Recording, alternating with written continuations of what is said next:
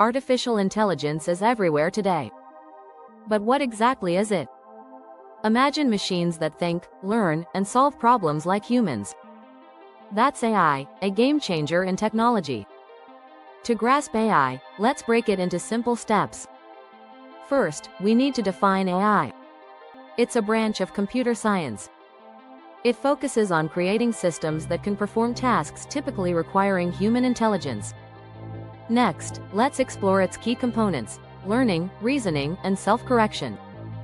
These elements help machines learn from experience and adapt to new situations. Move to examples.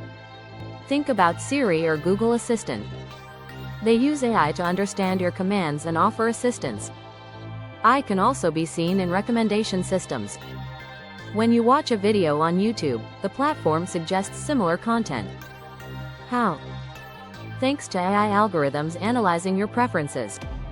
In summary, AI is transforming how we interact with technology. It learns, reasons, and improves. Stay tuned for more exciting insights about AI. Subscribe to AI for Everyone for your AI journey.